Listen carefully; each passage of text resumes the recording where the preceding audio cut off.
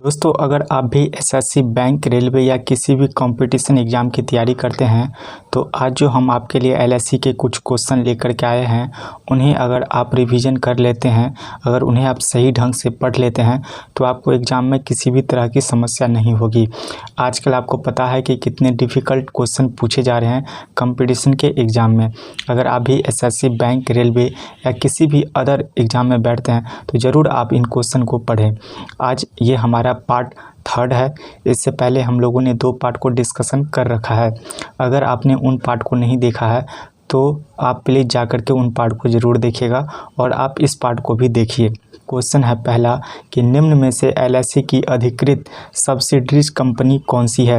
Option पहला है हमारा एलआईसी पर्सनल इन्वेस्टमेंट, ऑप्शन दूसरा है एलआईसी लोन सेलिंग और तीसरा ऑप्शन है एलआईसी इंटरनेशनल और चौथा ऑप्शन है एलआईसी नेशनल।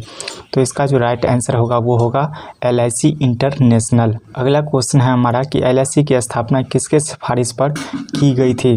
तो पहला ऑप्शन है हमारा के मल्होत्रा समिति, दूसरा ऑप्शन है हमारा एमएल समिति, तीसरा ऑप्शन हमारा आरएल समिति और चौथा ऑप्शन है हमारा इनमें से कोई नहीं। तो इसका जो राइट आंसर होगा वो होगा के मल्होत्रा समिति। अगला क्वेश्चन है हमारा कि भारतीय जीवन बीमा एलआईसी इसका आदर्श वाक्य क्या है। तो पहला ऑप्शन है हमारा योगेक्षम वहम, दूसरा ऑप्शन हमारा जिंदगी के साथ भी और ज़िंदगी के बाद भी, तीसरा ऑप्शन है हमारा कर्म फल स्वरूप और चौथा ऑप्शन है हमारा इनमें से कोई नहीं। तो दोस्तों, इसका जो राइट आंसर होगा वो होगा योगेक्षम वहम। और अगला क्वेश्चन है हमारा कि भारतीय जीवन बीमा निगम एलआईसी के चेयरमैन का कार्यकाल कितने वर्षों का होता है। तो पहला ऑप्शन हमारा है 3 वर्षों का, दूसरा ऑप्शन हमारा 2 वर्षों का, तीसरा ऑप्शन है हमारा 4 वर्षों का और पाँचवा ऑप्शन है हमारा 5 वर्षों का। तो इसका जो राइट आंसर होगा वो होगा 5 वर्ष। भारतीय जीवन बीमा निगम के चेयरमैन का कार्यकाल 5 सालों का होता है। अगला क्वेश्चन हमारा कि एलआईसी की टैगलाइन क्या है। तो पहला ऑप्शन हमारा ज़िंदगी के साथ भी और ज़िंदगी के बाद भी, दूसरा ऑप्शन हमारा ज़िंदगी रही फिर मिलेंगे और तीसरा ऑप्शन हमारा योगेक्षम वहम, चौथा ऑप्शन है हमारा इनमें से कोई नहीं। तो इसका जो राइट आंसर होगा वो होगा ज़िंदगी के साथ भी और ज़िंदगी के बाद भी। अगला क्वेश्चन है हमारा कि एलआईसी के सीईओ कौन है।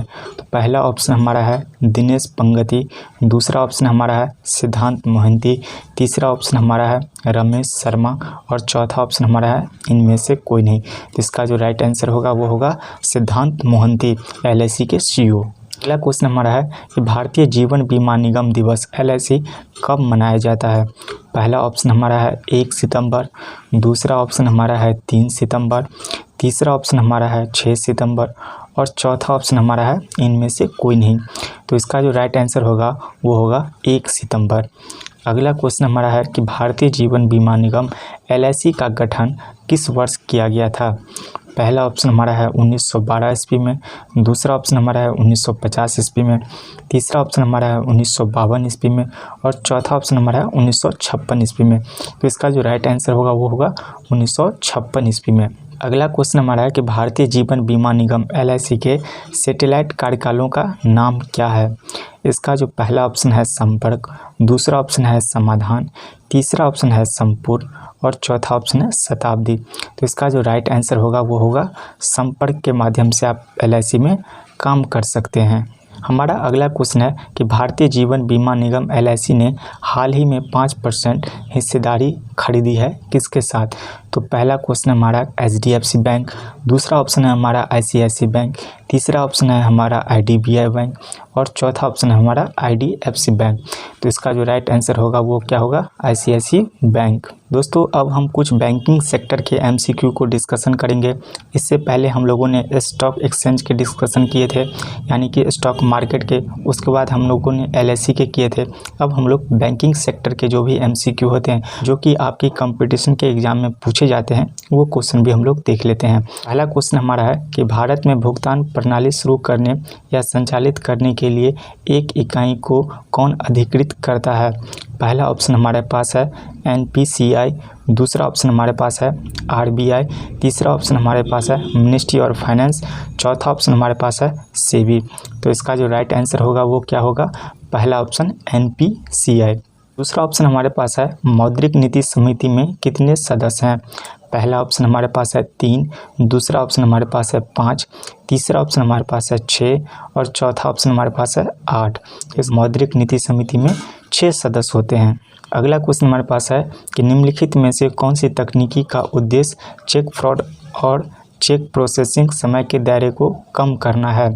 पहला ऑप्शन हमारे पास है NEFT, दूसरा ऑप्शन हमारे पास है RTGS, तीसरा ऑप्शन हमारे पास है CTS और चौथा ऑप्शन है हमारे पास UPI।